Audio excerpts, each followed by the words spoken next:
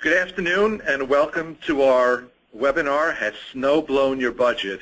Almost a comical topic this particular year.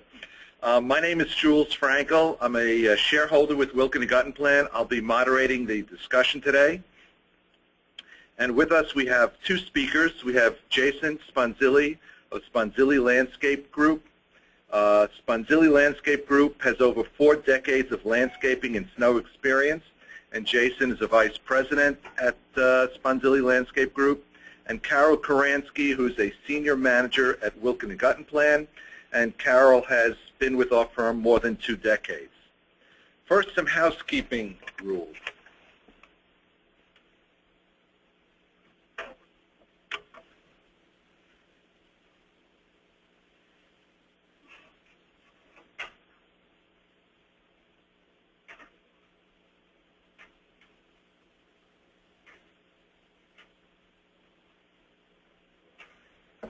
Sorry, a little technical difficulty, but I'll walk you through them while we get our slides in order here. To ask any questions, please use, oh, there we go. Okay. So you can see the moderators and the speakers.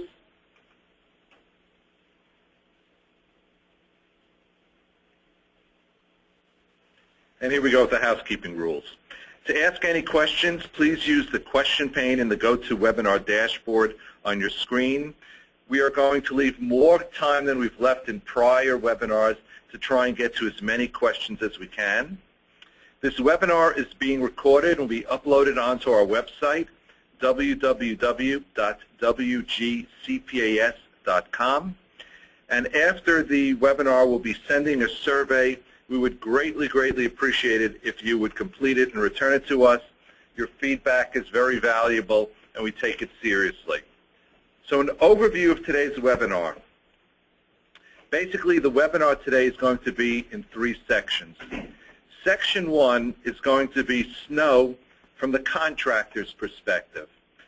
The operational considerations that an association might consider. And I think it's valuable for board members to understand the contractor's perspective of things because they will have a number of suggestions for you to determine what type of contract you should get for your association. The second section will be the accountant's perspective, the financial implications, and clearly one of the items we'll be talking about is how to pay for what's been happening this particular snow season. And the third section is going to be questions. And again, we'll try and leave ample room for questions, or ample time for questions.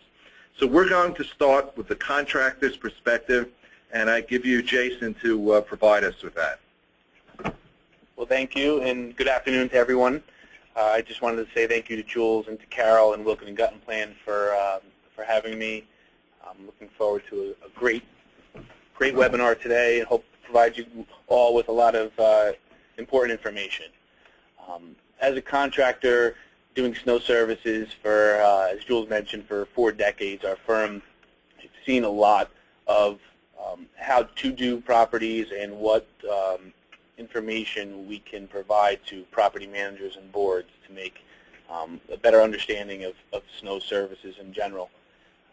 What an association can from an estimating point of view, and how to figure that out and estimate what those expenses would be. A board's knowledge and a property manager's experience together of what has been done in the past is crucial and vital.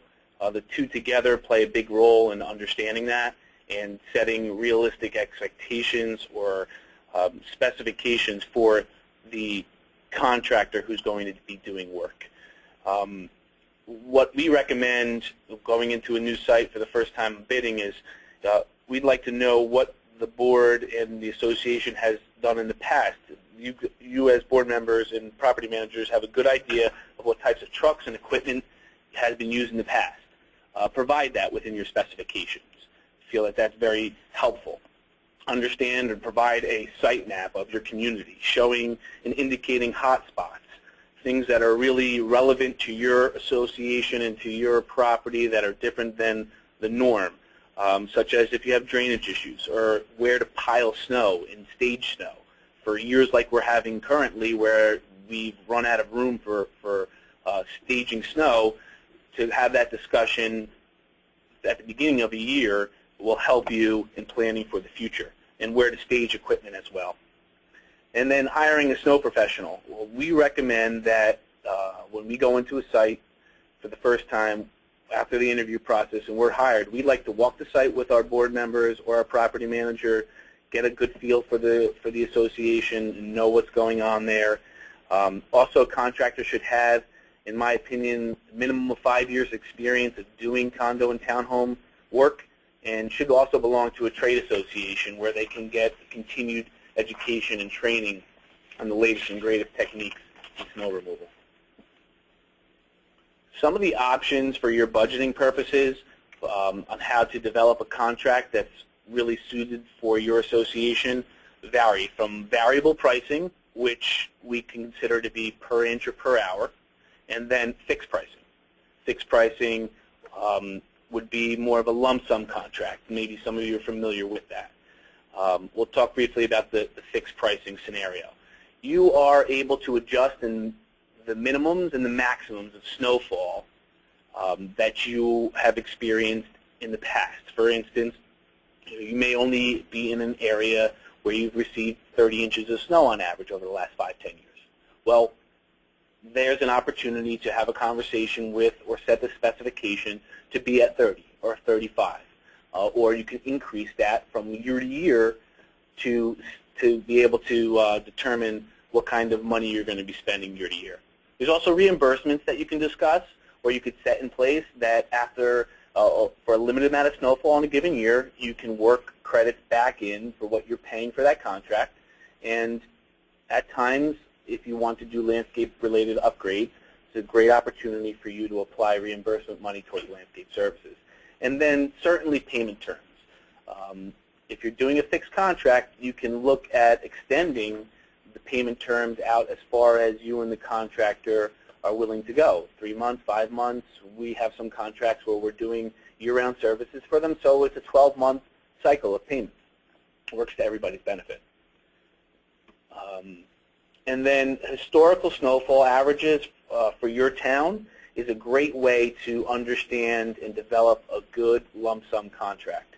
What we're doing so that we can really put together an accurate budget for clients when we're putting these contracts in place is I work with our weather service provider. We give them the exact zip code for the community that we're working with. And they show me every snow event that's happened over the last 5-10 years. I can stretch it out even further. So I really can pinpoint exactly how much snow we're having and put the dollars and cents together properly.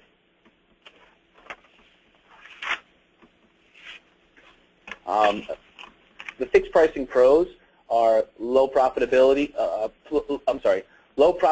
variance for your budget, and the contractor is expected to perform for all types of events.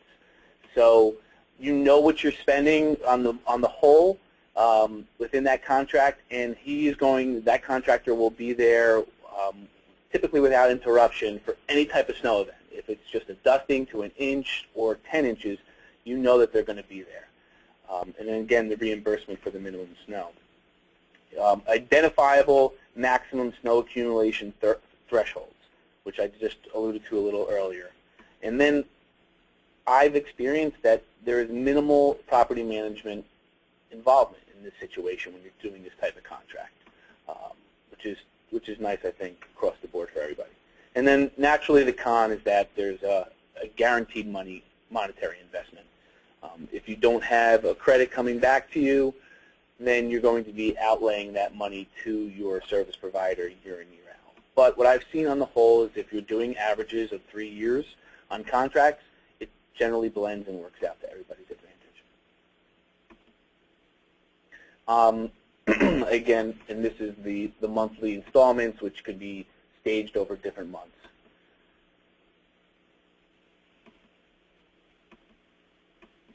The variable pricing per inch is probably the most common that's been out there in the industry for many, many years. This seems to be, people are starting to move towards the lump sums, but in general, We still like them because they do fit a lot of associations' budgets. So the per inch basis, all the plowing necessary and all of the clearing of the snow from walks and steps, as well as the individual areas that require salting, streets and parking lots, driveways, walkways, and steps. The per hour basis is another option of the variable, and here are some examples of how you would set that up if you were doing a contract like that. However, in my experience in the townhome and the condo world, this is not applicable whatsoever. I don't have a single contract on a per hour basis, and I don't recommend it for these reasons. It's unpredictable as to what expense you're going to be spending because each storm is literally different, and you don't know what you're going to outlay. Your property manager or your board is going to be micromanaging how many trucks or how many pieces of equipment or how many men are out there doing the work. And they're going to be looking out their windows or driving around when they don't necessarily need to monitor this stuff. This is more applicable to a strip mall or like a ShopRite or something to that effect. That's more ideal, but in the condo world, I would highly recommend not going that route. The pros are that prices are determined for plowing and clearing snow. You know that this is what you're going to pay if you have a 4-inch snowstorm or a 5-inch snowstorm. And again, if it doesn't snow, you're not paying for it. And that's why a lot of boards continue to go with the per inch because they're not allocating and spending money that they may not have to. And the salting applications may vary on the negative side because there are situations in a given storm where multiple applications are needed in order to keep a safe ice-free scenario. So your bills each storm, the common 2 to 4-inch snowstorm where you would be paying say $3,000, the next 2 to 4-inch snowstorm could be double because that much more salt material is required. So Jason, when you go to various associations and you see what they're contracting, what do you usually recommend? Which one of these pricing scenarios, and what do you see most often? It's a great question, Jules. Each association, again, is different. So what we're doing is we're trying to get an idea of what they've done in the past, what style they've had, and has it been successful for them, first of all. Just coming in and changing because they hear this is the latest, greatest way of doing it may not work for them. So we get an idea of what they've been used to doing, and then if we show them options, particularly we've been moving more and more, and it seems like the industry is moving more and more towards these fixed-rate contracts, and then showing them the options of, hey, this is what your zip code has been producing as far as snow averages, and this is what we feel would be consistent for you over the next 3 years, and this is the amount of money that it would cost to do so. So we're seeing more and more of that trend go towards the lump sum.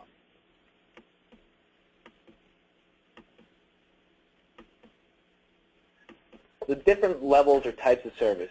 Every community is different, and identifying what type of community you have is important. For instance, if you're a transient community, you have a lot of people that are going, using the train or the bus, and they're walking through your community. Understanding that when you're setting up your specifications for contractors is very, very important.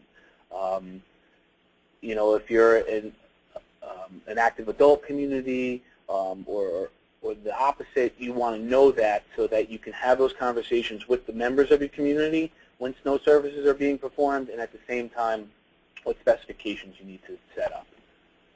Understanding those characteristics will help determine what type of and level of service you're going to get. So in a year like this, where we've had so much snow, is there anything that an association can still do now to try and minimize costs? Or is this water under the bridge and it's too late? I guess do a lot of praying, or just that March and April come as quick as possible. Minimizing what I've heard, and I've had in the past when we've had strong snowfall years. I've had clients come to us and say, I want you to reduce the level of service. That way we can spend some money. What can you do to make some cuts for us? Because the next upcoming snowstorm, it's still going to cost me and I'm way over budget. And I'm fearful of that, and I try to push them away from that conversation entirely because it just opens up a can of worms. There's liability issues involved when you're reducing the level of service, and now everybody is, susceptible to claims.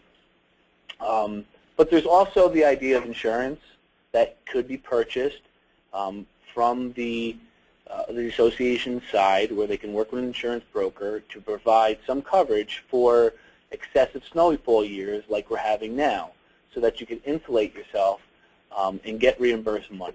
It's sort of a unique concept that's been getting more and more popularity over the last 3 to 5 years, and I am working with some associations currently that do have this in place. So it's a pretty neat strategy. So basically, in a situation like that, if you were engaged by an association, what they're doing is paying you a fixed fee so they'll know what they'll pay you, and then they're paying an insurance premium above that so they know that between the two, that's the limit of what they'll be paying on a given year? You got it. Absolutely. And, there are insurance companies out there that, I can help the communities get access to and have these conversations about, and they will do a much more thorough explanation of how it will work for their community. It may and it may not.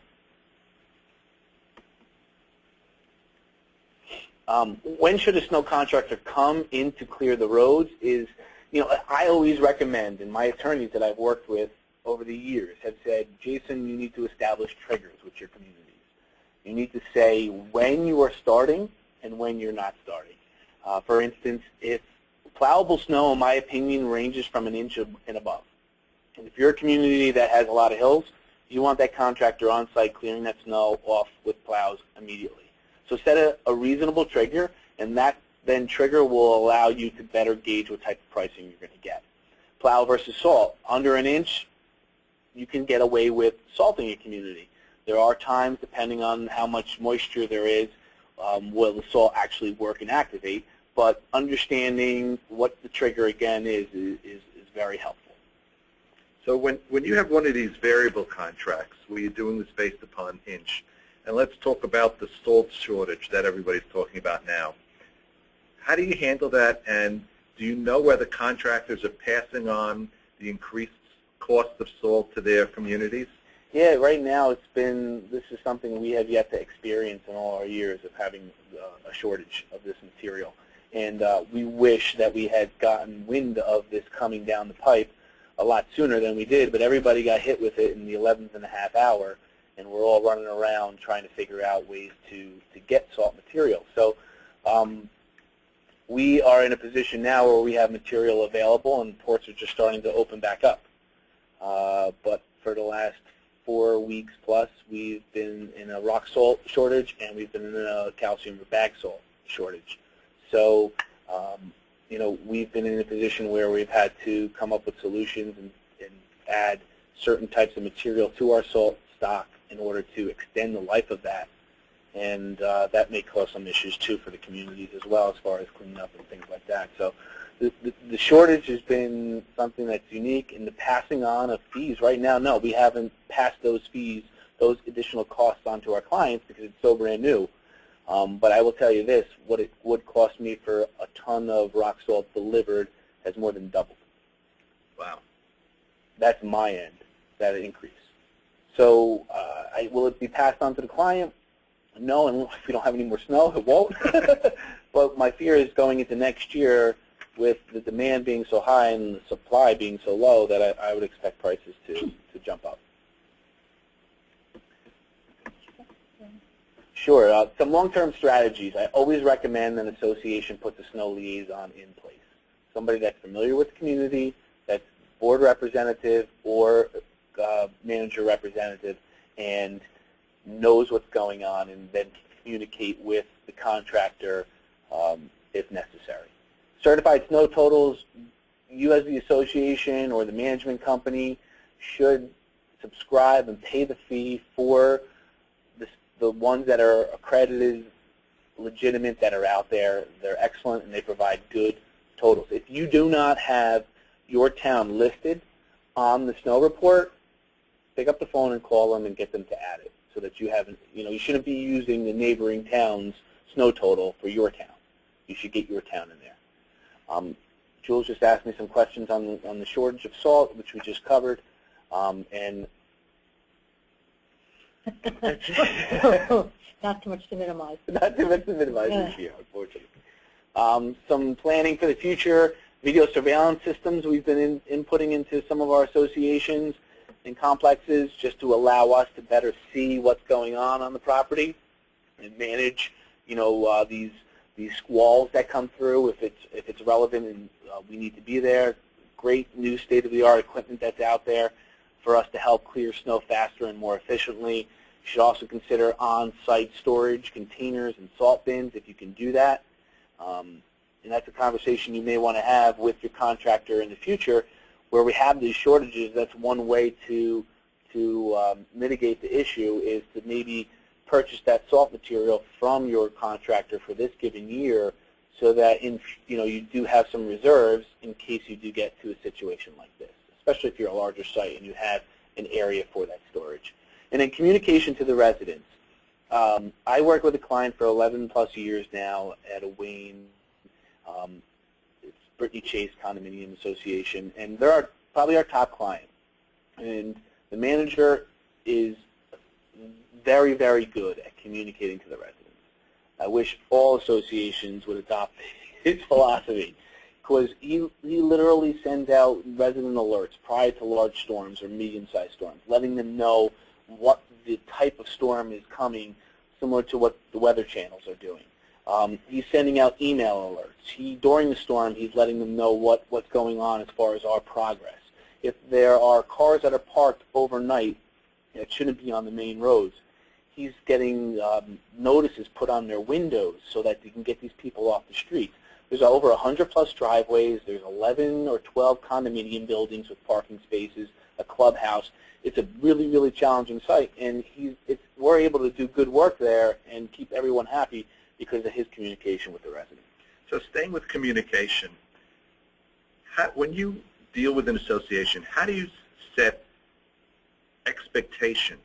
For instance, some of the folks that are already asking questions or writing in, what's a reasonable expectation for when homeowners' driveways should be cleared after the snow has stopped falling? And when should somebody expect you to be in there in the first place? Should you be there in the middle of the snowstorm? Should it be after the snowstorm? How do you set these expectations with your boards, and how do they communicate this to their homeowners? Well, great question. I think that comes from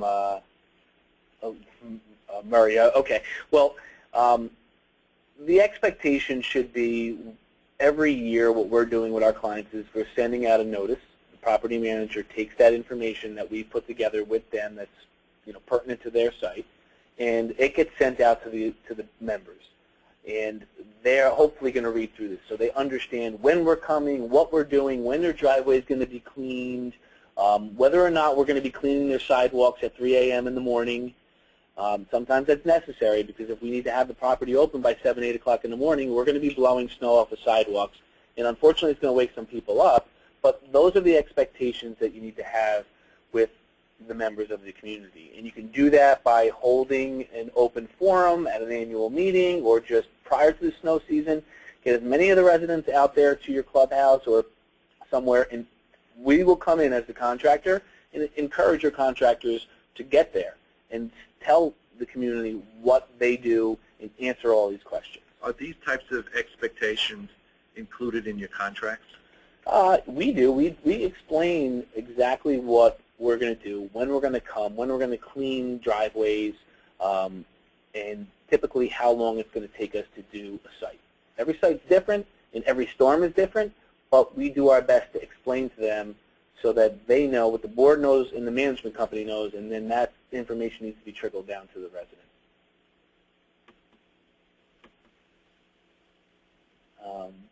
And yep. So let me ask you one more follow-up question before we go to the financial issues, and we're going to come back to you as we get some more questions in a few minutes.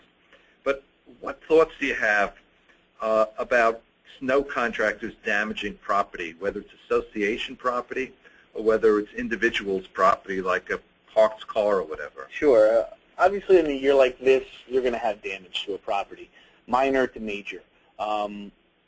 What I always say to my staff and mainly to our clients is when there's snow on the ground and there's white stuff on the ground, we don't see it all. Even if we have markers to guide us through communities, there's going to be situations where we're out plowing and we're moving snow around with equipment that the surface becomes frozen over or icy, and we're going to lose control, skid, and we're going to hit something.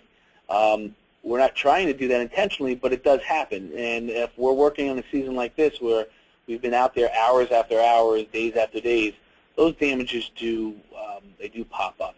So my recommendation is, as soon as the incident happens to common or private property, that the management company needs to be notified, whether they have some type of form in place or they just get that information, pass it over to the contractor, let them know what's going on, and investigate the situation. Put a time period in which you expect all these damages to be rectified by come the spring. And if necessary, you can always hold up a percentage of outstanding money that's still owed to the contractor in order for this stuff to get taken care of. If you do those things, you could pretty much, manage any type of snow damage. Jason, thanks so much. We're going to be asking a few more questions in a couple of minutes, but we're going to switch gears and look at the accountant's perspective, the financial side. I'll turn it over to Carol. Okay, so we know your snow line is probably much larger than you expected, and maybe it's already over budget. So for one thing, feel good, you're not alone. You know you need to take action, but how bad really is it? How much over is your snow line? First, you want to really project the snow expense for the year. You need to estimate the total amount over budget for the year, and you've got to consider the end of the year. We're still in February. We've got March, maybe April, and remember there's still November and December for you calendar year associations. So you need to remember that, well, let's say you're a little bit over now or you're right in line with your annual budget now. Well, if you're in line with your annual budget as of the end of February, you're over budget because you've got to consider at the end of the year. In addition to that, it's not just the snow that you have to think about. You have to consider the impact on other line items and related expenses, because any action that's taken has to encompass much more than the snow costs incurred to date. And we're going to talk about some of those other line items right now. So a large one is ice damming. When there's ice damming on roof, that causes a whole host of issues. The first is there's roof repairs. In addition to roof repairs, we've got water infiltration and water damage to the interiors. Now there's some decisions that need to be made for the roof repairs. Do we want to repair the roof? Do we have money currently in the budget to do roof repairs, or are these going to be additional roof repairs? Alternatively, were you planning on replacing roofs this year, next year? Is roof replacement going to be something that's going to be escalated? So those are some other things to consider.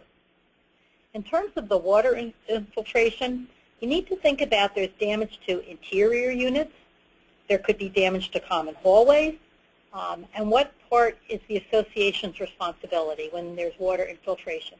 Are you responsible for interior damage? Are you responsible for damage inside everybody's unit, or just in the common areas?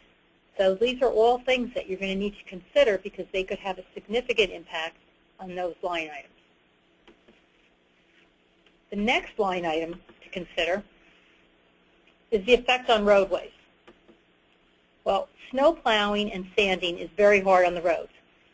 As all of you know from either your own developments and also just driving to work every day, the potholes that are on the roads right now are more than we've ever seen before. So you might have potholes that develop that will need repairs. In addition, sanding and salting may require street sweeping and other kinds of cleanup. Just before I go off of this point, Jason, we talked about the salt shortage, and I know that a lot of communities are using something just besides salt. And how does this affect the street sweeping and cleaning up? Yeah, we had to resort to it for a short period of time as well. We were able to get sand and a grit, which sometimes the cities have used, and we've had to mix that to extend the the amount of salt we had, and naturally that doesn't dissolve like salt will, so that's left over, collects up against curb lines, and typically come the spring will have to be either a sweeping charge from the sweeping company, or that stuff will have to be swept in backpack loan and piled and taken away. So I'm sure that's something that's probably not in most people's budget in terms of street sweeping. And even if you've got a landscape maintenance company, when they're coming in, street sweeping is probably an additional charge.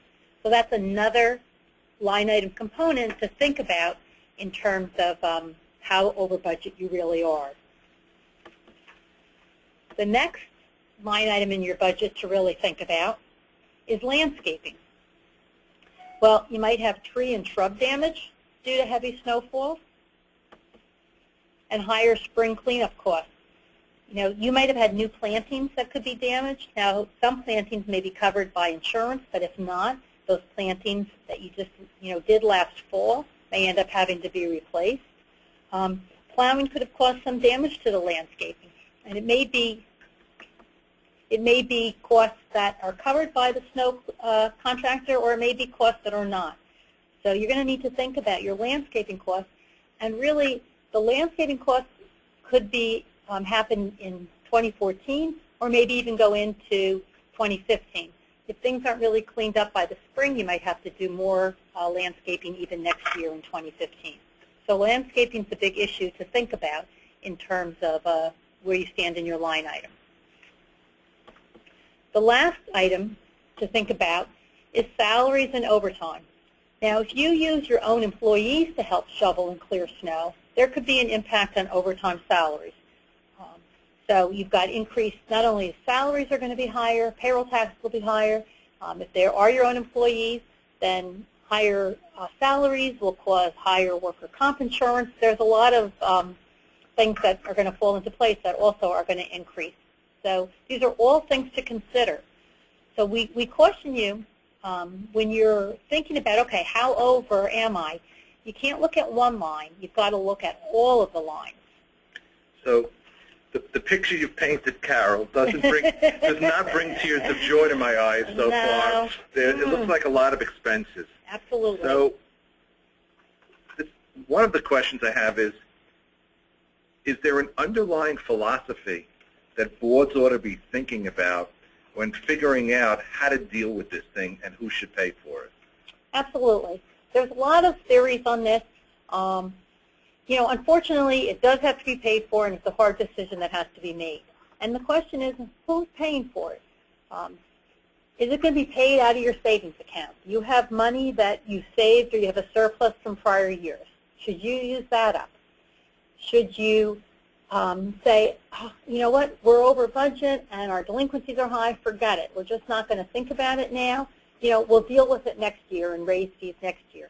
So, or are we going to say, okay, we're going to absorb the cost now?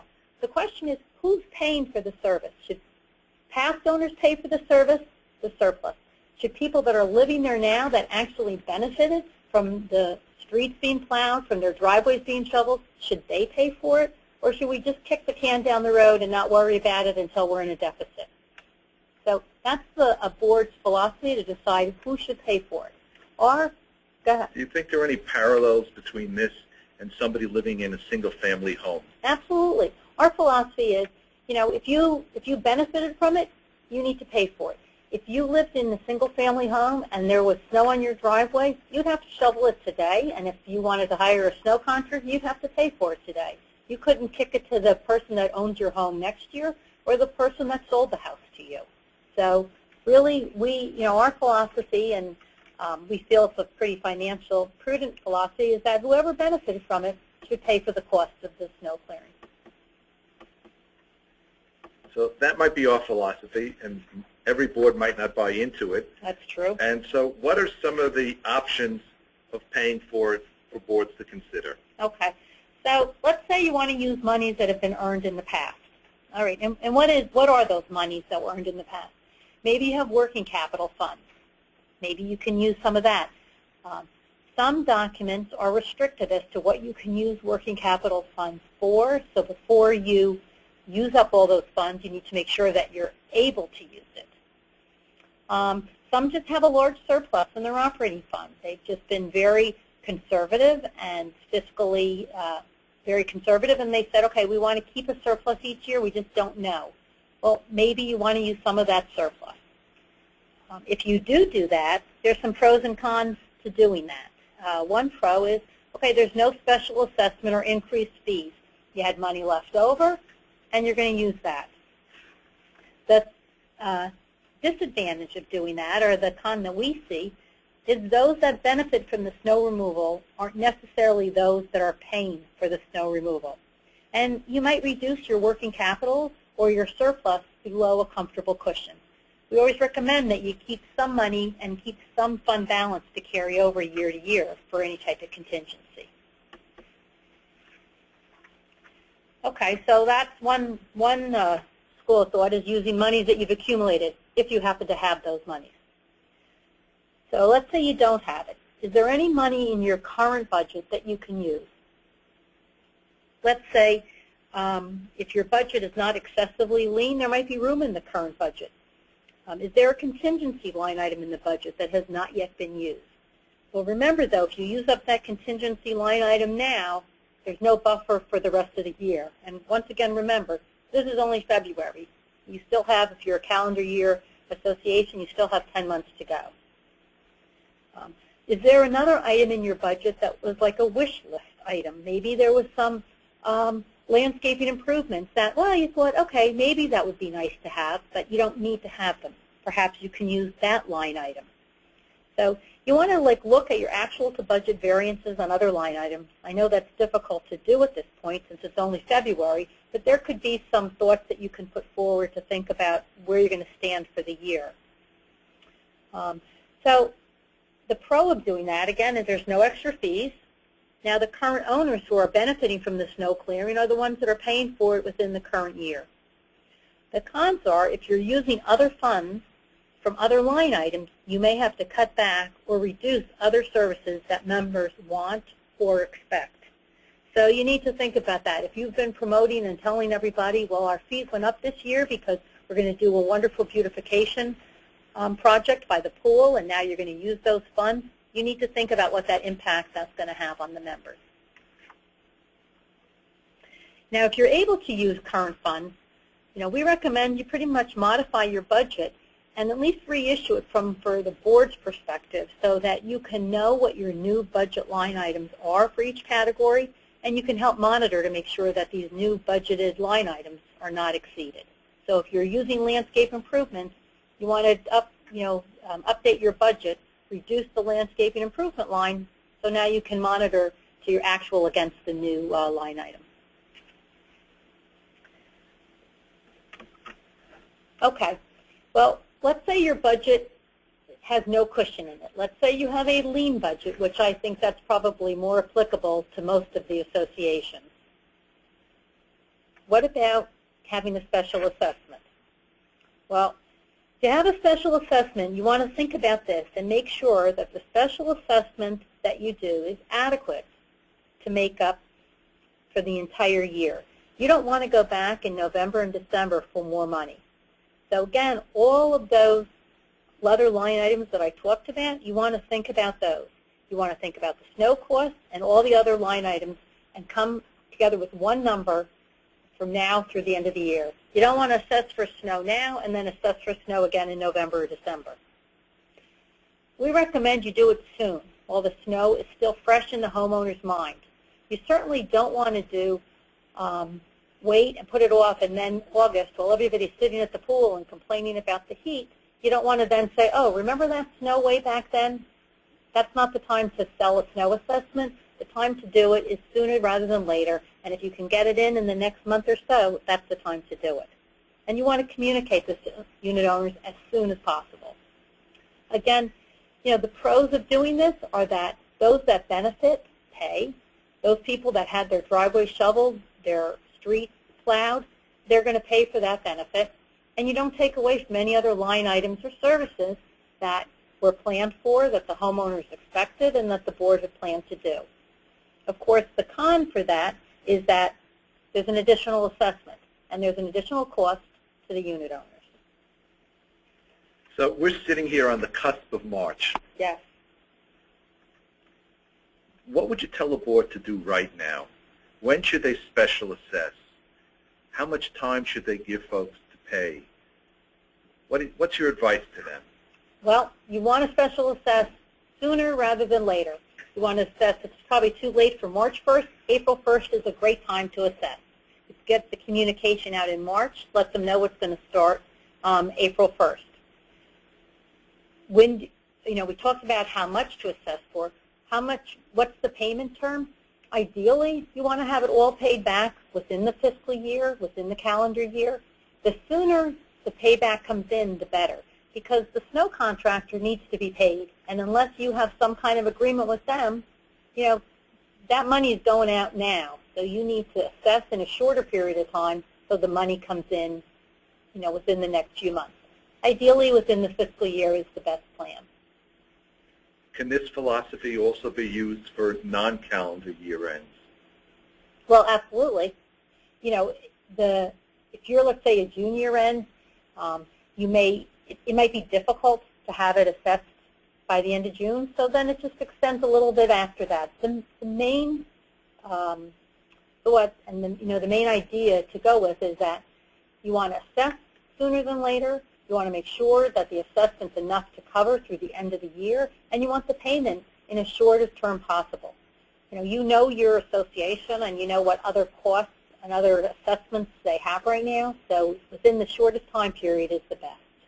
And I guess psychologically you want people to get this notice before it's swimming season and they've forgotten about all the snow. Absolutely. That's why get it out in March. The way we're predicted for cold weather for the next couple of weeks, I think those snow mounds are going to be around for quite a while. So, the snow mounds are going to be there, those potholes are going to be there, so you want to get the notice out while that is still fresh in everyone's mind and where they can actually see it.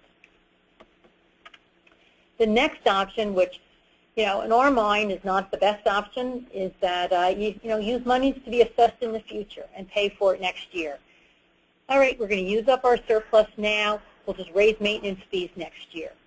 Well, the pro of that is you're going to put off raising fees.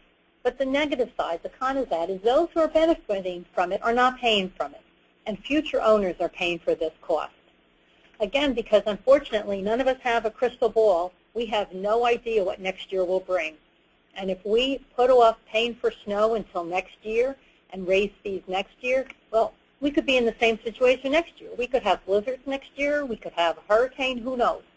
So putting off something to next year without a crystal ball is not a good idea in our mind. So, all right, some cash flow considerations. Now that we've talked about the various ways to fund this, let's think about some cash flow considerations, because the contractor, if you've got a contract with them, it usually specifies payment terms. November, December, January, February. You've got to pay the contractor. And if you've on a variable contract and you're paying just whenever there's a snowstorm, you've got like 30 days in which to pay your contractor. So where are you going to get the money to pay the contractor? Are you going to, if you're not using accumulated funds, if you're not lucky enough to have, an account of accumulated surplus, well, where are you going to get the funds from? A lot of associations say to us, well, can I borrow from other funds? Can I take money from the replacement fund or the deferred maintenance fund? So, yes, it's okay to borrow from the replacement fund if you need to, and it should be short-term until the special assessment money comes in or until the fees are collected. It's never okay to borrow from the replacement fund without a plan to pay it back. That money is not free money to borrow. And of course, you have to remember, if you take money from the replacement fund, you need to make sure that enough money is in the replacement fund for those items that the fund is there for. So if you're going to borrow, we say borrow short-term only. Make sure there's a payment plan. It should be a documented payment plan, and money should be transferred back monthly until the loan is repaid. Should an association be paying themselves interest on those type of monies? Well, Jules, it depends. Probably no. I mean, most associations are earning little interest as it is on accumulated monies. You know, what is it, a couple percent, might be 0.5%, 1%. So I would say that's really not a big deal. If for some reason your funding of the replacement fund is really, you know, incorporates interest and you're giving up high interest yielding funds in order to pay for the snow, then yes. But in general, that's really not a concern. So I just want to clarify this. I think I know the answer, but would you recommend borrowing to avoid a special assessment? Okay, so that's like saying, okay, I'm going to take out a loan and I never have to pay it back. Absolutely not. If you borrow, you're borrowing only to pay the contractor. You're not borrowing to fund whatever kind of deficit that you have. You need to pay it back, so you still have to special assess to recoup the money. It's no different than you take out a loan or a mortgage or financing from a bank. You know, you got to pay it back. So borrowing from a fund does not actually finance the snow. It's merely a cash flow consideration.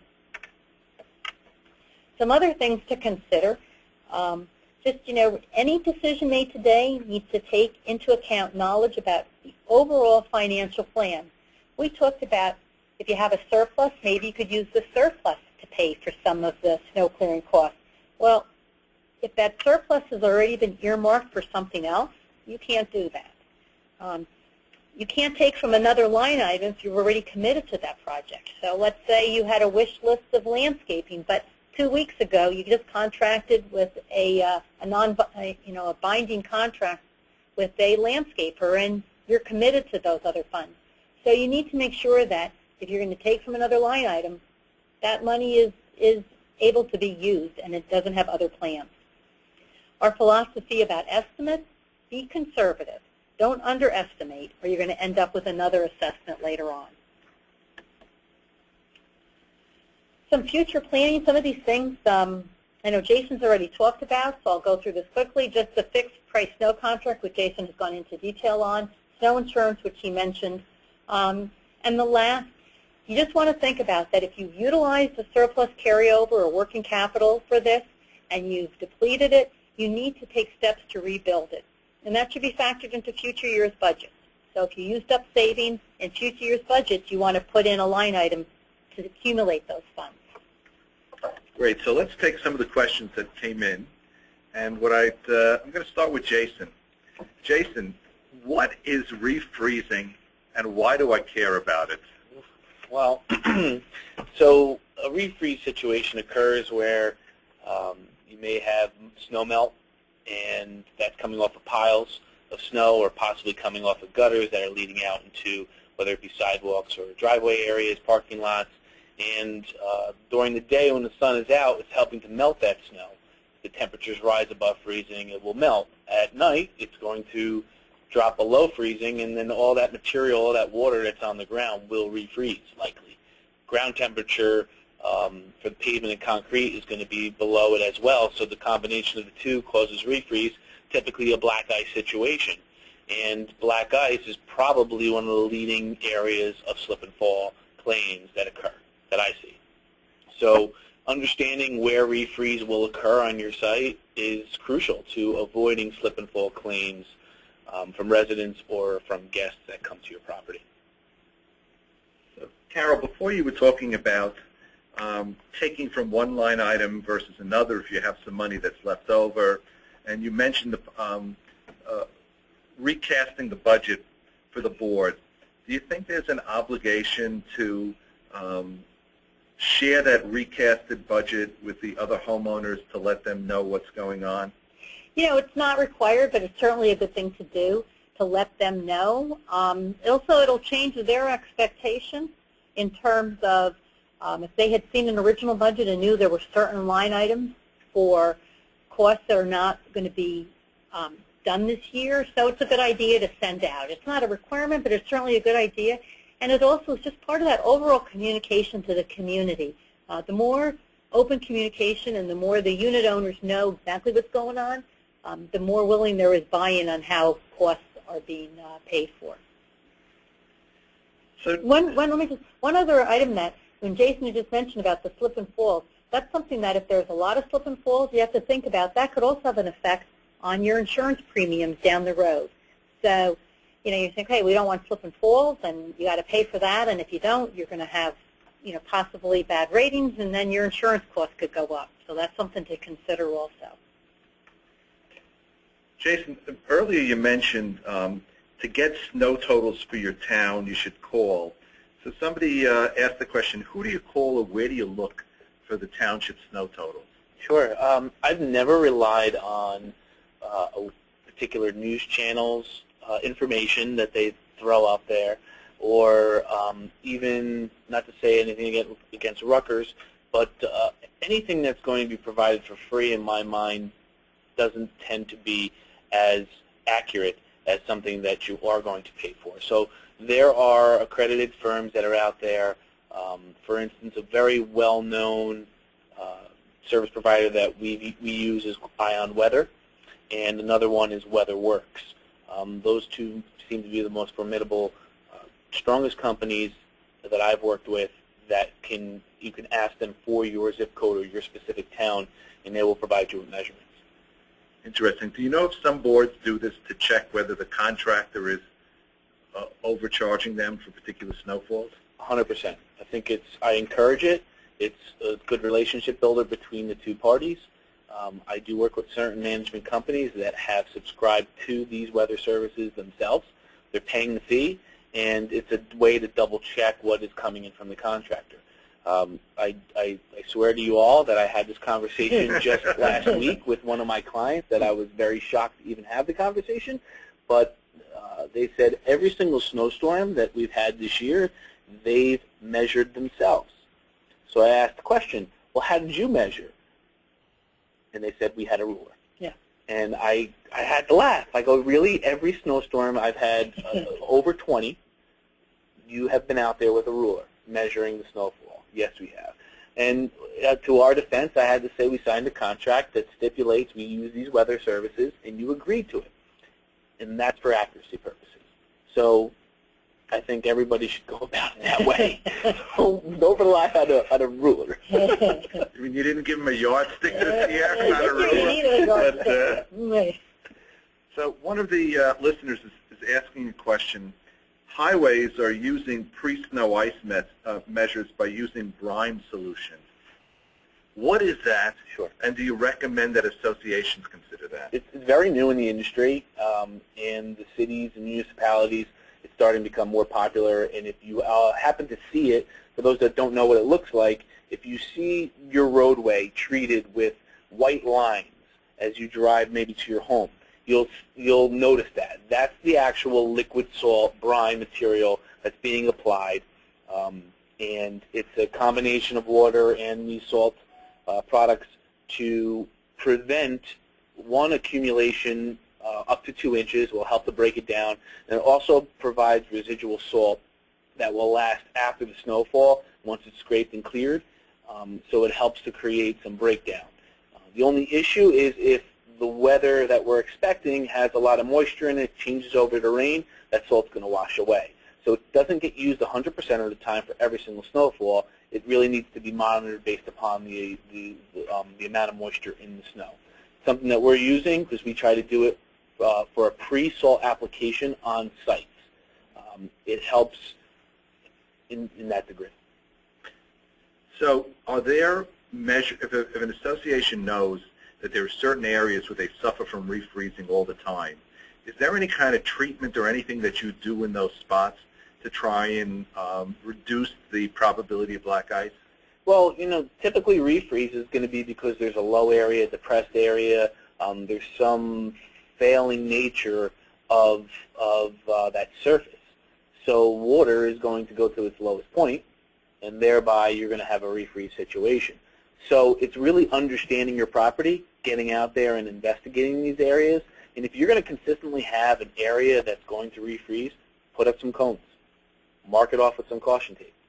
Make sure that people are aware of it and it's visible to them, so that and you send out a notice, and if something does happen, well, maybe there is some protection because you took the proper steps to notify these people.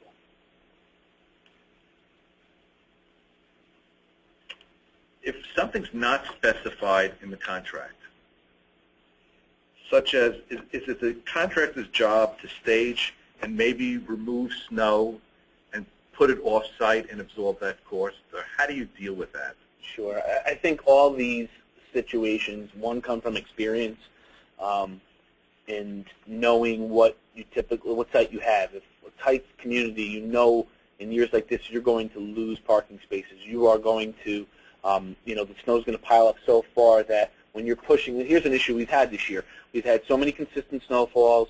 They've been heavy snow. The snow that fell refroze, turned into a block of ice, and our snowplows cannot push the snow off the street far enough back, storm after storm, pushing those windrows back further and further. The curb lines are no longer exposed. The storm drains are no longer exposed. So now envision, 20-plus inches of snow that's accumulated storm after storm, and trying to get, shovels in there, blocked ice to clear up storm drains.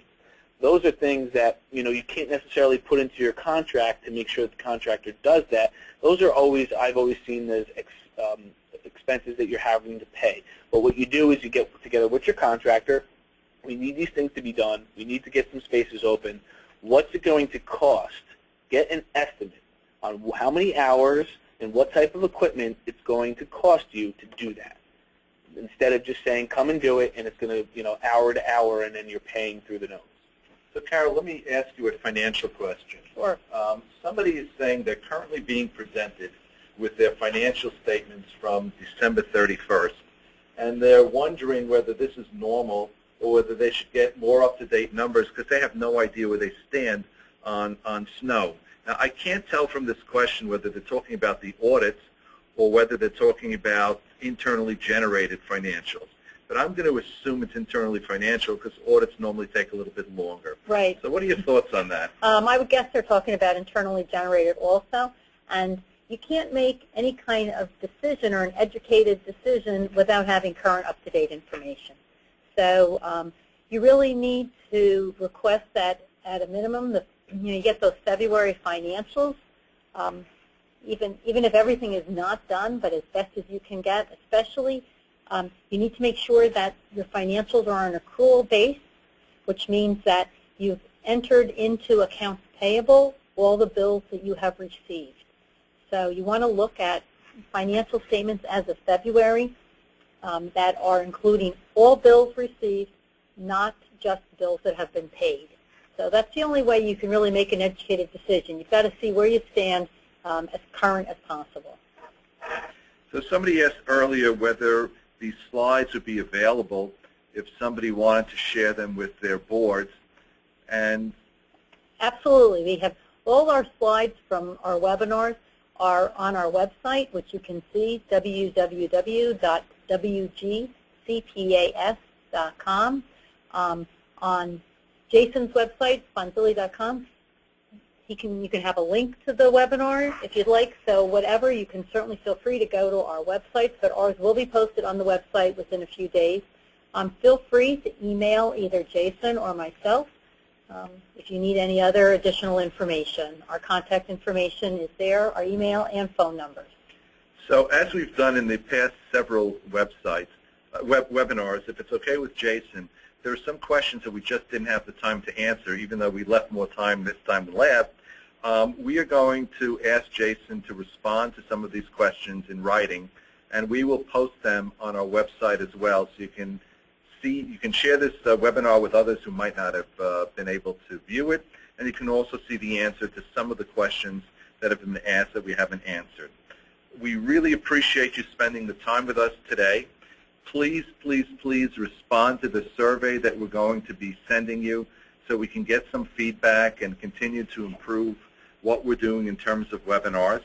Again, this webinar was sponsored by the Wilkin Guttenplan Professional Growth Academy. We hope that the weather forecast is not for snow in the near future, and that this at least helps you think about some of the issues that boards ought to be thinking about in terms of dealing with snow contractors, and how to pay for it. And we wish you a nice, sunny rest of the day.